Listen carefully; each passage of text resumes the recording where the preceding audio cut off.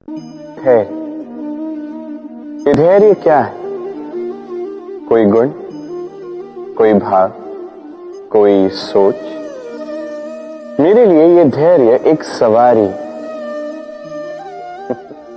आप सोच रहे होंगे कि ये कैसी सवारी? सवारी तो अश्व की हो सकती है, हाथी की हो सकती है, ऊंट की हो सकती है।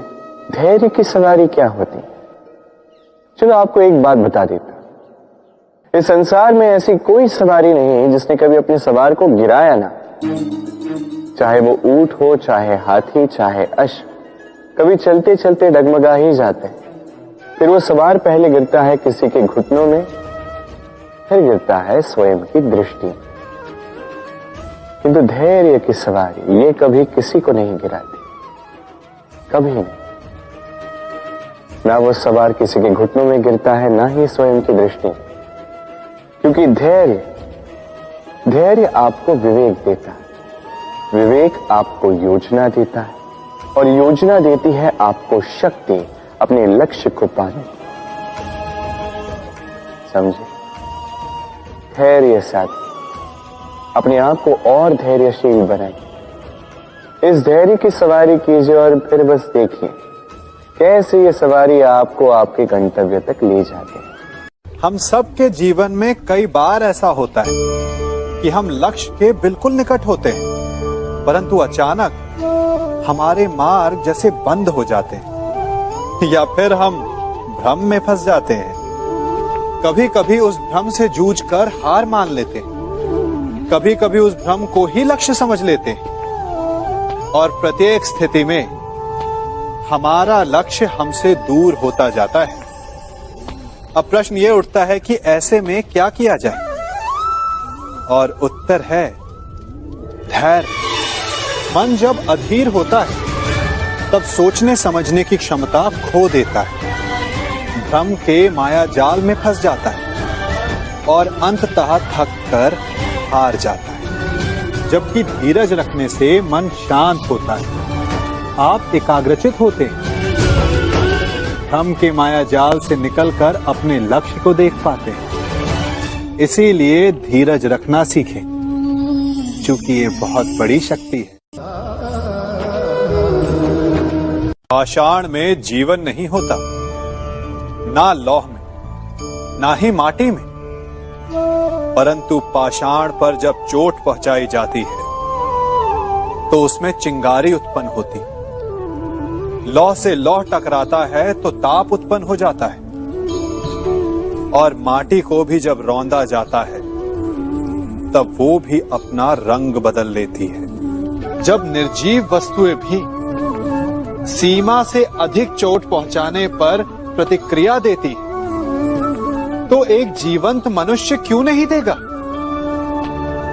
स्मरण है ना, प्रत्येक क्रिया की प्रतिक्रिया होती है। यदि फूल बोएंगे तो सुगंध मिलेगी, और यदि कांटे बोएंगे तो केवल पीड़ा।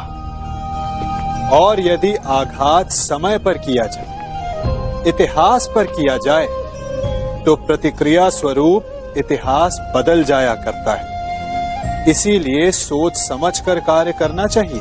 अंधकार से भरी रात्रि आती है तो अथाह प्रकाश लेके सूर्य भी आता ही। रोग आता है तो औषधि भी आती ही। समस्याएं आती है तो कुछ ही समय में उसका निवारण भी हमारे पास चला आता ही है।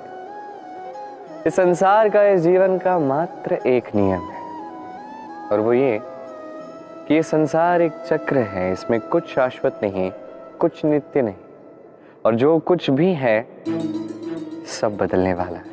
यदि आपके जीवन में दुख है, समस्या है, संकटों से आप घिरे हैं, स्मरण रखिए सब कुछ बदलने वाला है। दुख में क्रंदन मत कीजिए, मन को और दुखी मत कीजिए, क्योंकि आज जो कुछ भी आया है जाने के लिए ही आया है। तो चिंता किस बात की?